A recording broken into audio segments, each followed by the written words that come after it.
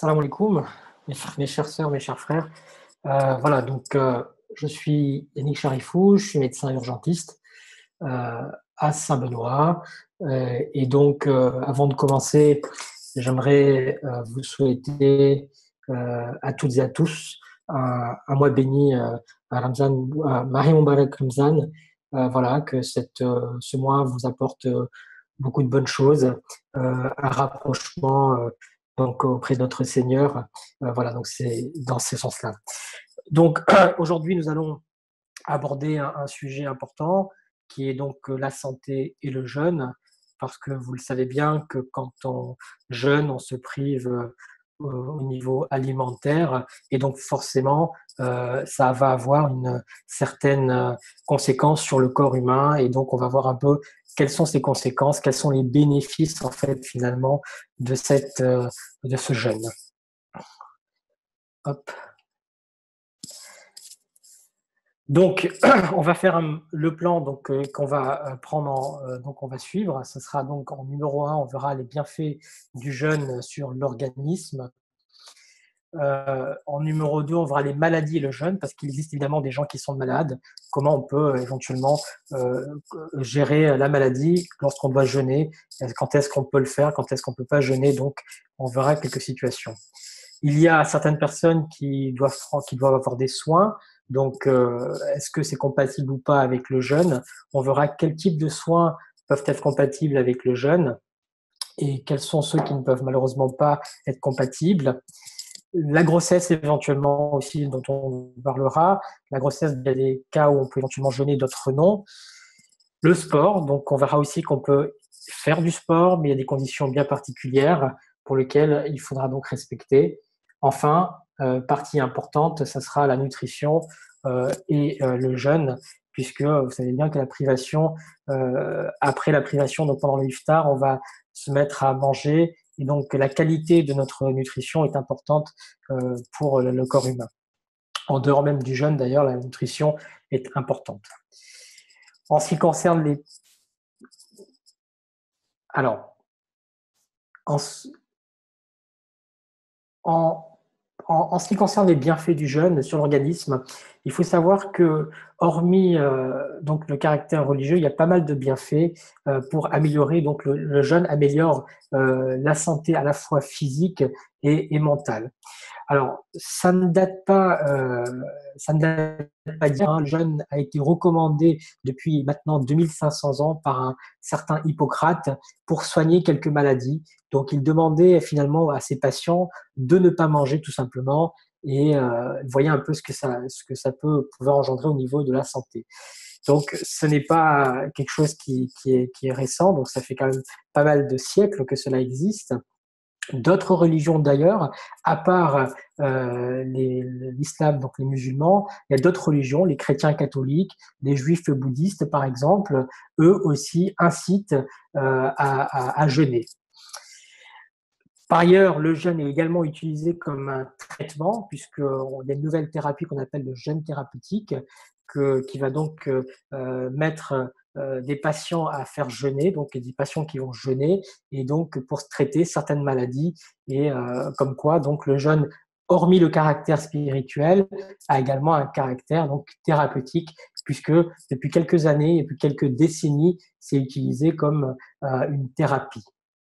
Enfin, ce qu'il faut savoir finalement, le fait de jeûner, le fait de se mettre en privation au niveau alimentaire, hein, c'est évidemment de mettre l'organisme au repos pour le nettoyer. Pourquoi? Eh ben, tout simplement, quand on mange, il faut savoir qu'en fait, il faut au corps humain environ 12 à 15 heures pour une digestion totale. Alors vous imaginez bien, quand le petit matin on se lève et qu'on prend un petit déjeuner à 7 heures du matin, on n'a pas encore fait les 12 heures que à midi, on va recommencer à manger le déjeuner. On n'a pas encore fait les 6-8 heures qu'on commence déjà à goûter parfois l'après-midi et le soir à dîner vers les coups de 20 heures.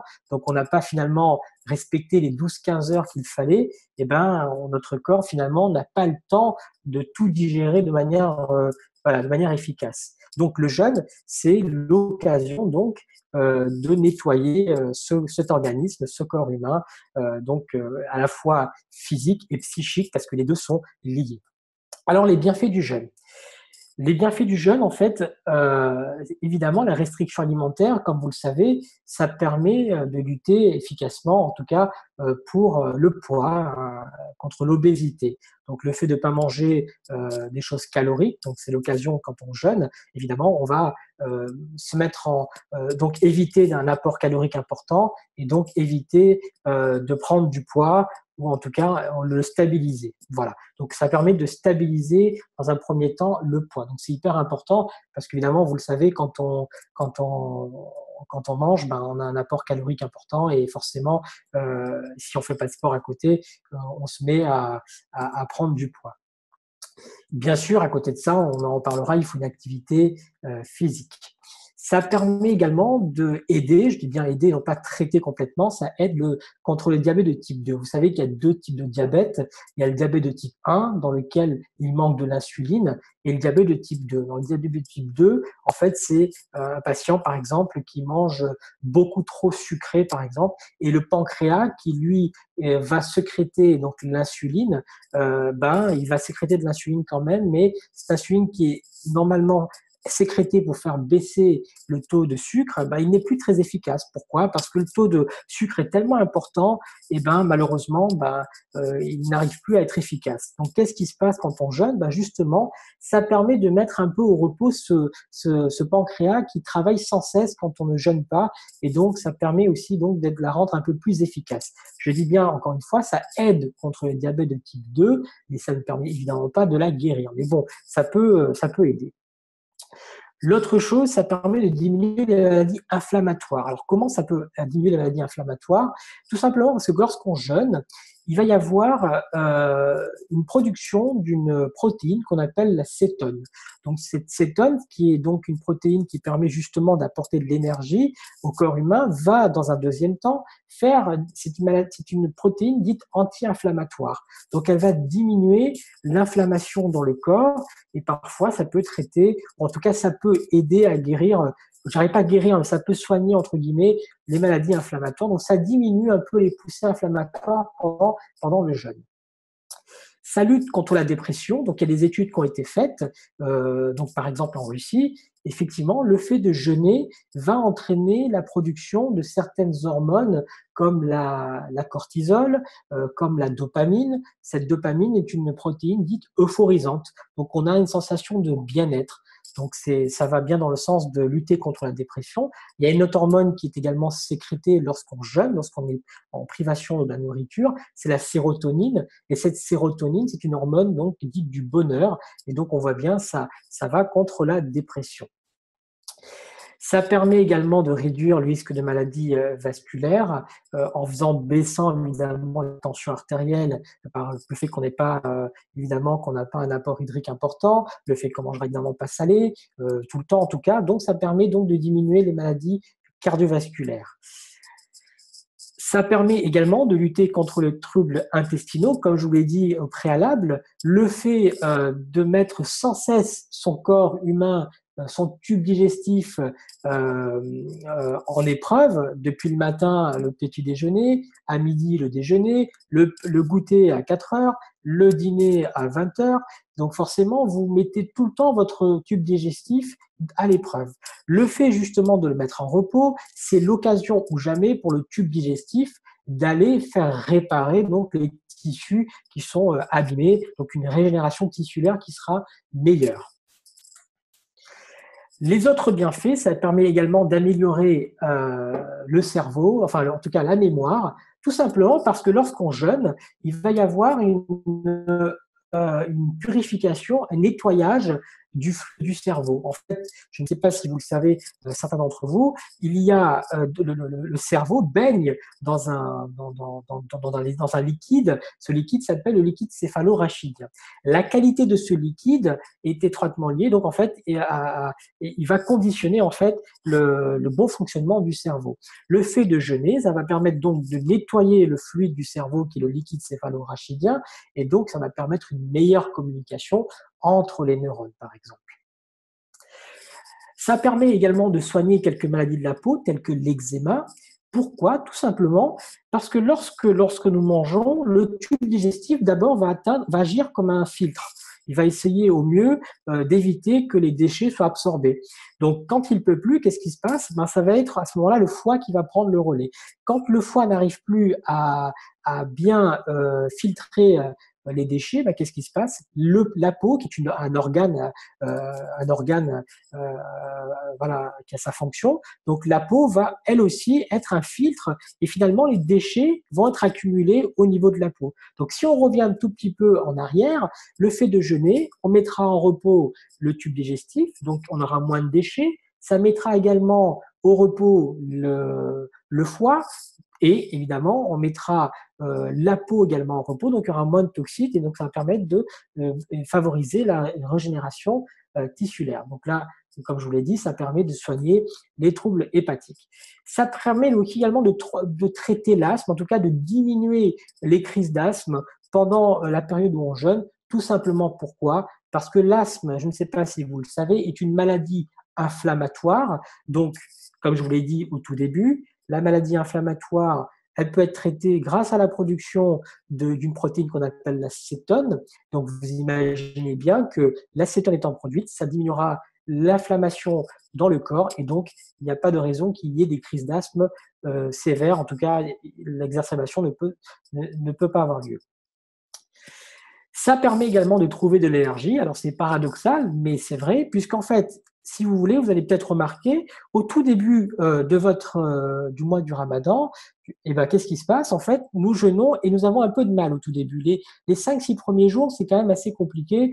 On se sent fatigué, on se dit, ah, il y a encore 25 jours, ça va pas être évident. Je ne sais pas si vous ressentez la même chose que moi, mais en tout cas, les premiers jours sont pas évidents. Donc, pour ça, la simple raison, c'est que les 5-6 premiers jours, en fait, justement, le corps va travailler de manière un peu intense pour aller réparer, pour aller permettre la régénération et l'élimination des déchets. Une fois que ce travail étant terminé, la première semaine, au fur et à mesure, eh ben, les nouvelles énergies vont se mettre en place. Comme on avait dit, il y a le cortisol, il y a l'acétone. Donc, on va commencer à prendre un nouvel équilibre et donc trouver de l'énergie. Et vous allez voir qu'au final, à la fin du mois béni du Ramadan, on se sent quand même plus en forme sur le plan physique. Également, pour ceux qui fument, malheureusement, enfin je dis ça malheureusement parce qu'évidemment c'est pourvoyeur de beaucoup de maladies, eh bien, c'est l'occasion d'arrêter de fumer. Alors le jeûne, pourquoi il permettrait d'arrêter de fumer? Tout simplement parce que le fait de ne pas manger, souvent quand on fume, c'est souvent relié à le fait de manger. Quand on a fini de manger, vous allez voir, il y a des gens qui vont après le premier repas ou le soir, ils vont fumer. Donc le cerveau s'est programmé que après le café, après le repas, on va allumer une cigarette. Et ben qu'est-ce qui se passe? Le jeûne permettra une déprogrammation au niveau du cerveau, c'est-à-dire pas de repas, donc pas de cigarette. Et donc ça permet donc de déprogrammer ce lien qu'il y a eu dès le départ entre alimentation et prendre une cigarette. Bien sûr, ça permettra d'éliminer la nicotine. Cette nicotine, en fait, c'est l'hormone qui permet justement cette dépendance avec le tabac. Et le fait d'être en jeûne, de jeûner, va permettre d'éliminer cette nicotine et donc d'avoir moins de dépendance au bout des 30 jours. En tout cas, je l'espère pour ceux qui fument dans l'assemblée. Voilà. Donc, voilà un peu les bienfaits du jeûne. Je suppose qu'il y en a encore d'autres, mais en tout cas, là, je vous ai fait, on va dire, un résumé de ce qui me paraît le plus important. Alors, les maladies et le jeûne. Évidemment, la condition sine qua non pour pouvoir jeûner, il faut être en bonne santé. Ça, voilà, c'est la condition sine qua non. Toutefois, il y a des patients qui sont malades, donc ils ont soit de l'hypertension, du diabète. Pour autant, le jeûne n'est pas forcément contre-indiqué. Mais il faut s'assurer évidemment que si l'on jeûne, cela ne va pas entraîner une aggravation de sa maladie. Premier point. Deuxième point, il ne faut pas que lorsqu'on est malade chronique, diabète, hypertension, que cela entraîne un retard de guérison. Donc, dès qu'on a un enjeu pronostic, par exemple, pour un malade, le fait de jeûner peut entraîner une aggravation ou un retard de guérison, il n'est pas en droit de jeûner en tout cas. Et évidemment, si le jeûne entraîne une pénibilité qui est insupportable, à ce moment-là, forcément, le malade n'est pas censé jeûner. Alors, Comment apprécier ces risques? Comment savoir que on va pouvoir ne pas supporter le jeûne ou dans quel cas on risque, comment on peut savoir qu'on va pouvoir aggraver une maladie? Et bien simplement, sur une expérience personnelle, le fait d'avoir jeûné auparavant, on sait par exemple que si je suis diabétique, j'ai déjà essayé de jeûner, ça m'a entraîné des hypoglycémies, j'ai fait des malaises, je n'arrive pas à gérer le jeûne et mon diabète. Je pense que là, ce n'est absolument pas conseillé. En revanche, on peut très bien l'avoir essayé et donc avoir une bonne expérience. À ce moment-là, il faut essayer, donc il faut tenir bon. Si on n'a pas fait l'expérience personnelle, évidemment, il faut s'aider des personnes qui sont aux alentours, qui sont malades de la même maladie, et de voir un peu comment eux aussi se débrouillent face aux jeunes. Voilà. Évidemment, en plus de cette expérience personnelle ou des personnes qui sont atteintes autour de nous, ce qui va évidemment aussi peser dans la balance, c'est l'avis médical de votre médecin traitant qui vous connaît bien normalement ou du spécialiste d'organes. Imaginons que vous soyez diabétique, ça sera l'endocrinologue. Si vous avez une pathologie cardiaque, ça va être votre cardiologue. Si c'est une pathologie pneumologique, ça va être votre pneumologue, par exemple. Alors, les pathologies à risque ou qui contre-indiquent l'ulcère gastrique. Quand on a un ulcère, le risque du jeûne, c'est de malheureusement aggraver cet ulcère. Tout simplement parce que lorsqu'on ne mange pas, le foie, l'estomac sécrète toujours une acidité et il n'y a pas de tamponnement en fait avec l'alimentation. Donc qu'est-ce qui se passe? Ça risque malheureusement d'aggraver un ulcère. Donc méfiance pour les patients qui sont ulcéreux, ça peut éventuellement de temps en temps aggraver cette pathologie. L'épileptique, évidemment, c'est un patient qui va prendre des traitements assez réguliers et donc de prendre des traitements réguliers pour ne pas convulser. Lorsqu'on fait un arrêt du traitement ou une prise un peu irrégulière, eh ben, malheureusement, on peut convulser. Donc, ce sont des pathologies à risque, voire contre-indiquées. Donc, vraiment, il faut le prendre avec beaucoup de méfiance. Le patient qui est insuffisant cardiaque ou insuffisant rénal, c'est des patients qui malheureusement vont être sous traitement qu'on appelle les diurétiques. Alors qu'est-ce qu'un diurétique? Le diurétique, c'est un médicament qu'on va prendre pour éliminer l'excès d'eau entre guillemets par les voies naturelles, c'est-à-dire par les urines. Donc vous imaginez bien que lorsqu'on jeûne, déjà on va se priver d'eau. Lorsqu'on prend en plus un traitement qui va nous enlever de l'eau par les urines, on va se mettre dans un déséquilibre important et ça risque de faire une décompensation, soit au niveau cardiaque, soit au niveau rénal. Donc ces pathologies sont à risque, voire contre-indiquées, donc avec beaucoup, beaucoup de méfiance. Les infections en cours qui nécessitera une antibiotique.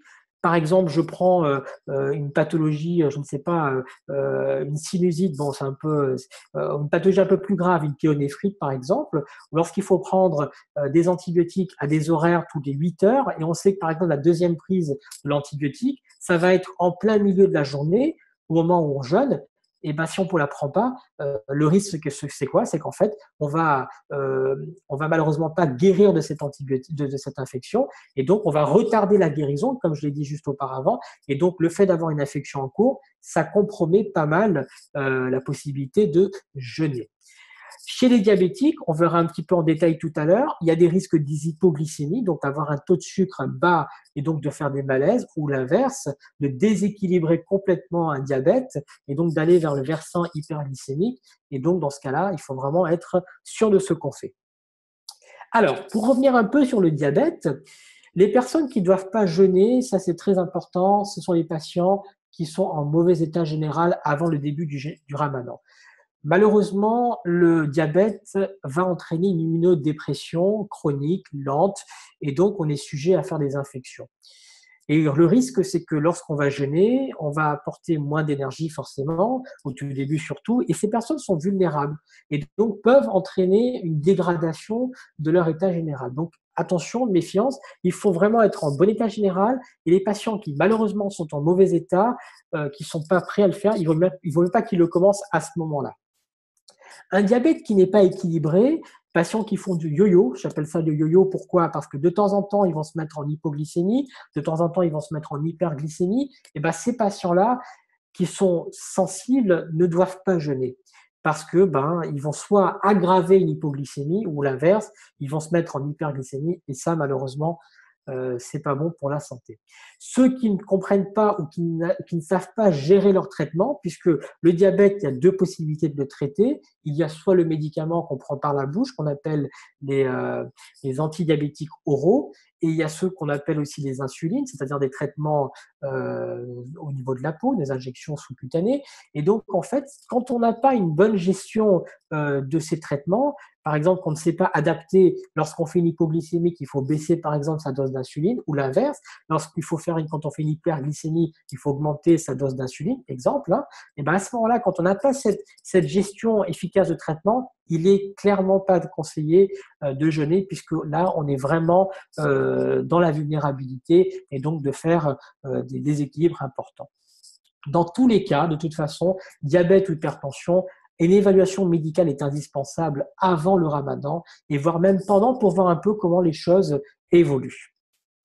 On peut éventuellement essayer le jeûne avant pour voir un peu comment ça évolue ou pendant si jamais voilà, on n'a pas eu le temps de le faire avant. Et puis vraiment être très vigilant sur les symptômes qui peuvent apparaître comme un malaise, des sueurs, qui doivent faire évidemment arrêter le jeûne puisque ce sont des signes peut-être d'une ou une hypoglycémie. Donc comme je disais, le risque dans le diabète avec le jeûne, c'est l'hypoglycémie avec le malaise, les chutes, le coma ou l'inverse, l'hyperglycémie et donc une entité, là je ne vais pas rentrer dans le détail, qu'on appelle l'acidocétose qui peut être potentiellement grave. Alors, que veut dire jeûner? Quand on parle de jeûne sur le plan alimentaire, c'est ne pas boire ni manger. Alors, qu'est-ce que ça veut dire ne pas boire ni manger? Donc là, vous avez un schéma, vous avez une coupe donc de la gorge. Vous allez avoir, je ne sais pas si vous voyez ma flèche, vous avez donc le nez, vous avez ici la cavité buccale, ici vous avez le carrefour oropharyngé, et lorsqu'on descend, vous avez deux tuyaux. Un premier tuyau qui se trouve en avant, qu'on appelle la trachée, donc c'est la voie aérienne, c'est-à-dire c'est là que va passer l'air quand on respire, et vous avez en arrière de ce tube un autre tube qui s'appelle l'œsophage. Donc, si on se tient à, à la définition du jeûne, qui est l'interdiction de manger ou de boire, manger et boire, finalement, va commencer à ce niveau-là, c'est-à-dire une ingestion alimentaire lorsqu'on a passé le carrefour. Donc, tout ça, ça ne compte pas finalement, mais dès qu'on arrive ici et qu'on passe au niveau de l'œsophage, on a mangé ou on a bu. Ce qui veut dire que finalement, qu'est-ce qui ne va pas annuler le jeûne? Les gouttes ophtalmiques et auditives. Donc parfois, il y a des personnes qui ont une hypertension au niveau oculaire, donc peuvent très bien prendre les gouttes ophtalmiques ou par exemple une conjonctivite, tout bêtement, elles pourront prendre leurs gouttes ophtalmiques. Auditif, pareil, une otite en cours non traitée par la bouche, hein, donc uniquement au niveau local, c'est-à-dire avec des gouttes auditives. Donc là, il n'y a pas de risque que ça annule le jeûne. La prise de sang qui n'est pas d'une ingestion alimentaire est possible pendant le jeûne, par exemple. Donc voilà, les injections intraveineuses, intramusculaires dans le muscle, intraveineuse c'est-à-dire dans les veines, intramusculaires au niveau des muscles, sous-cutanées sous la peau, intradermiques comme les vaccins par exemple, on peut donc avoir ces injections sans problème, sans que cela annule le jeûne. Les suppositoires, évidemment, c'est possible puisqu'on est plutôt dans le tube digestif mais en bas. La coloscopie également est faisable pendant le jeûne et cela n'annule pas le jeûne. Les examens gynécologiques pour les femmes, par exemple, avec l'introduction de substances intravaginales, des capsules pour les infections, par exemple, ou des mycoses, cela n'entraînera pas une annulation du jeûne. L'extraction et le fraisage dentaire, ainsi que le brossage des dents, ce sont des soins qui peuvent éventuellement être faits pendant qu'on jeûne, avec quand même un petit bémol, puisque le risque là-dedans, dans l'extraction, dans le fraisage dentaire par exemple, lorsqu'on est en train de nettoyer la cavité buccale, il faut être sûr et s'assurer qu'on n'a pas ingéré quoi que ce soit au niveau digestif. Donc il faut, moi je dirais plutôt l'extraction et le fraisage dentaire, il faut l'éviter pendant le mois béni du Ramadan, mais après si on n'a pas le choix, il faut vraiment être prudent. Mais voilà, à vos risques et périls, j'ai envie de dire. Le brossage des dents, c'est évidemment faisable. L'oxygénothérapie, qui est donc l'administration d'oxygène par les voies nasales ou par la bouche, de toute façon, ça va passer au niveau du tube, plutôt, comme je vous dis, la trachée, donc il n'y a pas de risque que ça annule le jeûne, et les pommades, par exemple, sont également autorisées. Alors, vomissement involontaire, je dis bien involontaire, cela ne va pas annuler le jeûne. Donc, on a des nausées, on a vomi de manière involontaire, ce n'est pas une condition qui va annuler le jeûne. Voilà. Alors, prudence pour certaines choses quand même. Le gargarisme, c'est un peu comme le fraisage, l'extraction dentaire. Le gargarisme, alors là, il faut vraiment, on va dire théoriquement, ce n'est pas quelque chose qui va annuler le jeûne, mais en revanche, il faut s'assurer évidemment de ne pas avaler quoi que ce soit. Donc, il faut vraiment avoir une bonne maîtrise, être un expert du gargarisme. Quand on n'a pas l'habitude, je pense qu'il faut éviter, et si on peut éviter tout court, ça serait pas mal. Les comprimés ou les substances orodispersibles, comme par exemple le Vogalène, quand on a des nausées, comme par exemple le Spasfon en lyoc. Le lyoc, donc, c'est des substances qui sont sèches, et lorsqu'on met au contact de la salive, elles vont se disperser, et il y aura donc un passage à travers la cavité au niveau de la muqueuse de la bouche. Alors là, on peut le prendre, sauf qu'il faut s'assurer on n'avale pas quoi que ce soit au niveau du tube digestif. Il faut s'assurer, entre guillemets, que ça reste qu'au niveau de la bouche et que tout est parti au niveau de la bouche et que rien n'est entré finalement au niveau du tube digestif.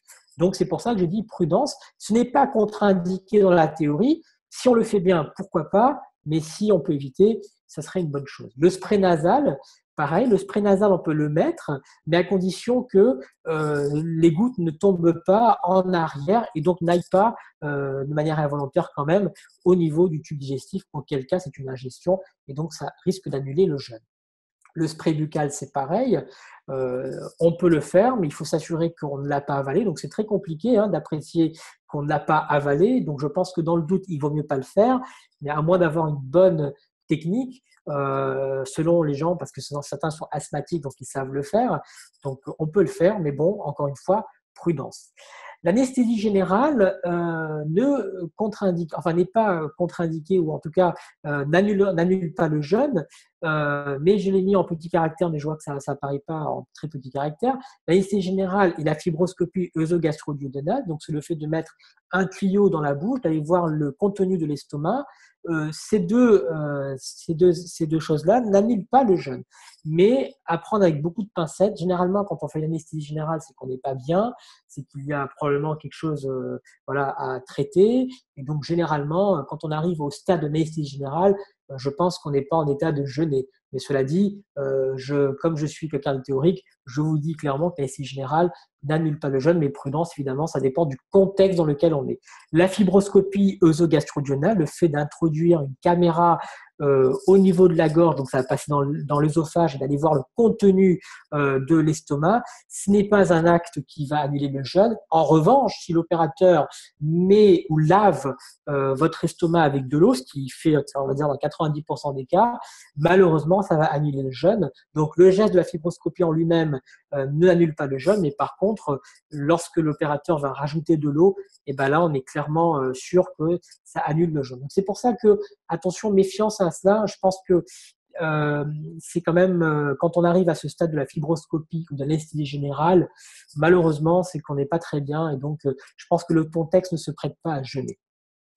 Alors, il n'est pas permis pendant le jeûne, puisque ça va annuler le jeûne, le lavement anal, le normacol, lorsqu'on est constipé par exemple, et le fait de faire un lavement anal, ça annule le jeûne. Et tout à l'heure, on avait parlé de vomissement involontaire qui n'annulait pas le jeûne. A contrario, le vomissement volontaire, le fait de vomir de manière volontaire, ça annule le jeûne. Donc, à faire attention à ce niveau-là.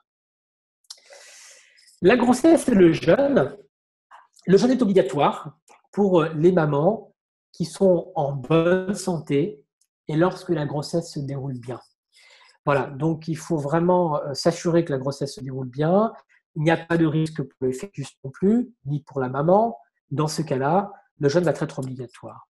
A contrario, la maman n'a pas à jeûner lorsqu'il existe un risque pour la santé de la maman, lorsqu'il existe un risque pour le bon développement du fœtus. Et de toute façon, à partir du 7e mois, quel que soit l'état de santé de la mère ou du fœtus, la maman n'a pas à jeûner. Voilà. Donc en fait, la question va se poser dans les 7 premiers mois. En fonction, donc évidemment, des conseils de votre gynécologue pour les femmes, hein, du gynéco-obstétricien, de comment se déroule la grossesse, comment évolue l'enfant, le fœtus, est-ce qu'il grandit bien, est-ce qu'il n'y a pas de malformation, et est-ce que l'activité cardiaque est bonne, par exemple. À ce moment-là, oui, elles peuvent jeûner, c'est même obligatoire. Mais à partir du moment où il y a le moindre risque, et pour la maman, pour une cause, je ne sais pas, d'anémie, ou par exemple un diabète gestationnel, et ben dans ce cas-là, il est préférable, elle n'a pas jeûné.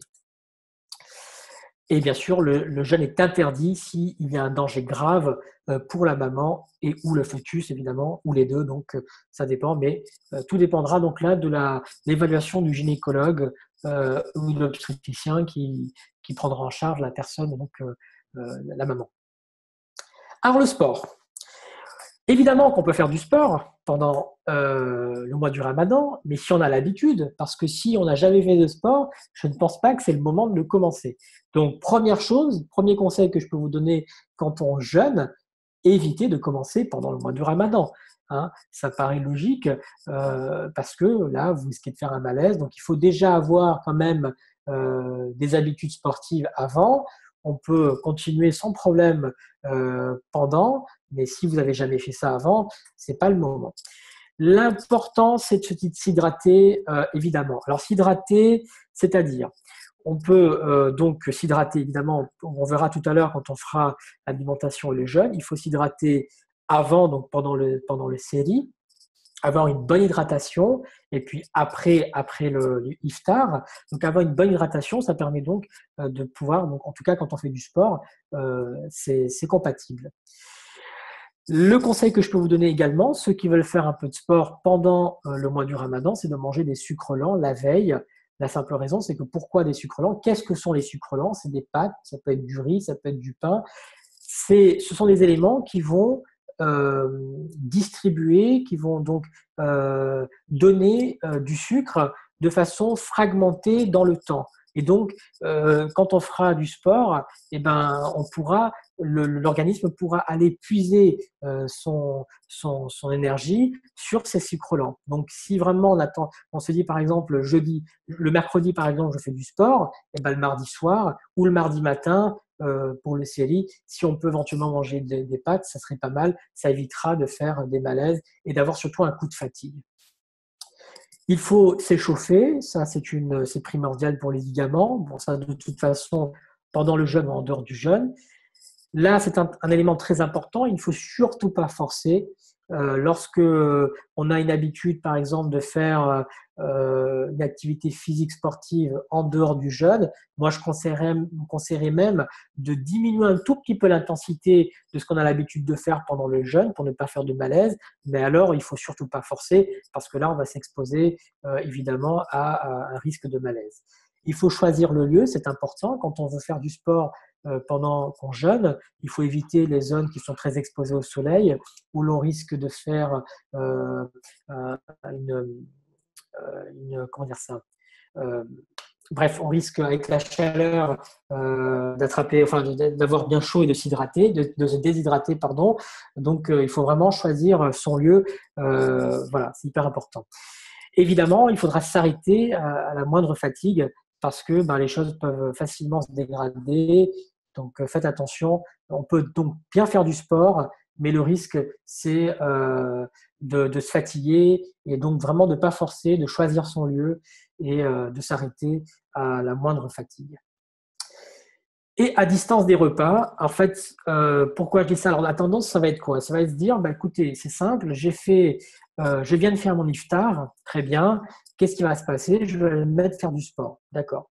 Donc, la logique veut que, oui, on s'est bien hydraté, on a bien mangé, on a des sucres rapides dans le corps, on a du sucre lent qu'on vient d'ingérer, et c'est l'occasion ou jamais d'aller faire du sport parce que j'ai toute l'énergie possible. Sauf que, ce qui va se passer, c'est que votre corps, votre tube digestif va avoir besoin de sang pour digérer. Voilà. Donc, il va être en digestion. Donc, il a un travail à faire. Vous venez de manger, il faut qu'il digère. Donc, il a besoin, le tube digestif a besoin de sang pour fonctionner. Sauf que vous, qu'est-ce qui va se passer? À ce moment-là, vous allez faire du sport. Qu'est-ce qui va passer à ce moment-là? C'est que votre corps, vos muscles, eux aussi, vont demander du sang. il va dire, bah, tiens, moi aussi, je suis en train de faire d'activité physique, je suis en train de dépenser, donc j'ai besoin d'avoir du sang pour travailler. Le corps humain, qu'est-ce qu'il va faire? Il va donc prendre le sang qui va au niveau du tube digestif pour le réorienter vers le muscle, puis qui est en train de travailler. Donc, qu'est-ce qui va se passer? On va se retrouver avec un tube digestif qui va avoir pas suffisamment de sang pour digérer. Donc, on va mal digérer, on va vomir, donc on va se sentir très mal. Donc c'est comme ça que ça, c'est pour ça qu'on dit qu'il faut éviter de faire une activité physique intense après avoir mangé. Et vraiment à un degré plus important, on risque de faire une ischémie, mais ça vraiment je vais très loin. On peut faire une ischémie donc du tube digestif parce qu'on a fait du sport à côté intensif et qu'on avait bien mangé, le corps avait besoin donc de sang pour aller digérer. Alors la nutrition et le jeûne. Donc vous voyez bien que là, une image très sympathique, hein, donc c'est bien garni, il y a pas mal de choses, sauf que vraiment le jeûne, le mois béni du Ramadan, l'objectif du jeûne, c'est de purifier son esprit, mais aussi son corps. Voilà, donc c'est hyper important. C'est l'occasion finalement de revenir dans un mode de vie équilibré et sain, et surtout d'éviter tout excès et gaspillage. Hein. Donc, en dehors du fait que voilà, donc on va se priver d'alimentation, il y a des bienfaits certes physiques, mais sur le plan vraiment spirituel, c'est vraiment de réfléchir sur le rapport que nous pouvons entretenir avec la nourriture. Et c'est les deux questions que je me pose souvent. C'est est-ce que nous vivons pour manger ou nous mangeons pour vivre? Et donc, c'est l'occasion, le mois béni du Ramadan, c'est l'occasion ou jamais de se poser cette question, puisque voilà, donc c'est important de savoir un peu quel rapport on a avec l'alimentation. Donc, ce sera l'occasion donc éviter tout excès et tout gaspillage. Donc, pour la nutrition, il y a 3 moments de repas. Vous le savez, il y a l'iftar, donc qui permet donc de casser le jeûne. Souvent, après le iftar, 2-3 heures après, ou parfois alors avant d'aller se coucher, on va également s'alimenter un peu. Donc ça, on va dire, c'est le deuxième temps. Et le troisième temps, c'est le séhri, donc c'est euh, très tôt le matin, avant le namaz. Donc, on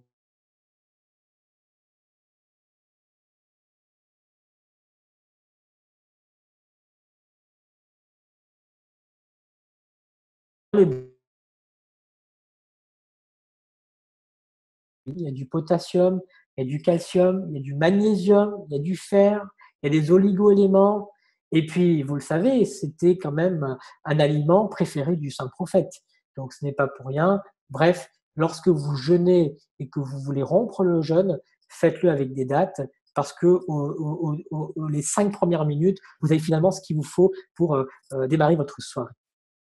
Il faut éviter les sucreries. Bon, ça, enfin, je veux dire, quand je dis éviter, je n'ai pas dit interdit, donc vous pouvez très bien en manger, mais si on peut éviter les sucreries, pourquoi? Parce que votre corps, votre tube digestif, il n'a pas reçu d'alimentation depuis le grand matin à 5h30, 6h, et là, le soir, vous arrivez à 18h et vous commencez à manger ce qui vous tombe sous la main. Et bingo, il y a des sucreries. Qu'est-ce qui va se passer? Votre corps, votre tube digestif est comme une éponge. Il va prendre ce qu'il y a. Et ce que vous allez lui donner dans un premier temps, il va le prendre. Donc, s'il y a des sucreries, bim, il va le prendre. Vous allez vous retrouver en hyperglycémie. Bref, ça, à la limite, le corps va le gérer. Mais surtout, cet excès de sucre va se transformer en graisse et ça va donc être stocké. Les boissons sucrées, c'est pareil, au même titre que les sucreries, surtout que ça n'hydrate pas forcément les gens et on a une fausse impression et du coup, bah, c'est bourré de sucre et qu'est-ce qui se passe? C'est la première chose qui va arriver. Évitez évidemment les curés huileux, autrement dit les sacs. Pourquoi? Tout simplement parce que vous avez là une quantité importante de graisse et comme je vous ai dit, votre tube digestif est une éponge, il n'attend que le coup d'envoi et lorsque vous allez mettre la première alimentation dans votre tube digestif, il va le prendre quasiment dans sa totalité. Les fritures au même titre que les currys huileux. Alors là, vous voyez bien, je dis éviter, je n'ai pas dit interdit. Je pense que toute chose est à consommer avec modération, mais voilà, donc c'est des conseils que je vous donne. Alors évitez le thé ou le café. Alors ça, c'est quand même une tradition chez nous, hein, les Indiens, entre guillemets, puisque vous allez voir que souvent, il y a du tchai, enfin, c'est comme ça. Hein. Je pense même que s'il n'y a pas de tchai pendant le mois de Ramadan, c'est limite problématique. Mais enfin bon, bref, le tchai, pourquoi? Le thé ou le café, simplement, c'est que c'est un diurétique. Et donc, le diurétique, qu'est-ce qui va se passer? C'est que ben, vous allez perdre le peu d'eau que vous aviez de la journée. Vous prenez du thé ou du café, ben, et malheureusement, vous allez aller donc faire donc une élimination de votre eau par les voies naturelles. J'ai bien dit encore éviter, j'ai pas dit c'est pas interdit. On peut en boire avec modération, mais en contrepartie, il va falloir bien s'hydrater. Donc attention, ne vous basez pas en tout cas que sur une boisson telle que le thé, parce que c'est quand même un diurétique et ça peut vous faire déshydrater.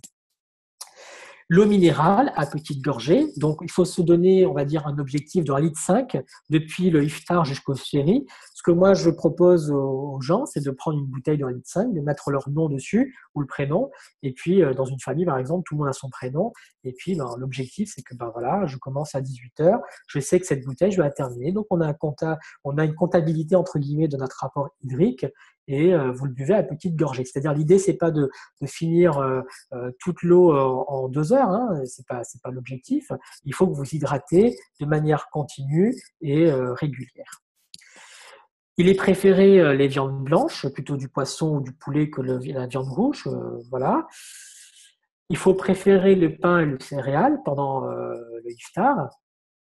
Privilégier les fruits et légumes des saisons. Voilà, on trouve pas mal d'oligo-éléments, pas mal de voilà, il y a des vitamines donc à prendre. Les jus de fruits frais, faits maison, de préférence. L'avantage c'est que ça va hydrater et l'avantage aussi c'est que bah, ça apporte les vitamines nécessaires lorsqu'on le boit. Évitez évidemment les jus de fruits en boîte parce qu'elles sont malheureusement très sucrées et à part vous apporter beaucoup de sucre, et vous donner un bon goût à la bouche, ça ne va pas vous apporter beaucoup de bonnes choses. Les soupes, c'est très important, c'est bien. Les soupes, c'est intéressant. Pourquoi? Parce que vous avez à la fois un apport hydrique et vous avez à côté de l'apport hydrique des légumes à l'intérieur, donc c'est l'occasion d'en manger. Alors, le conseil pour le séhri, il faut manger léger.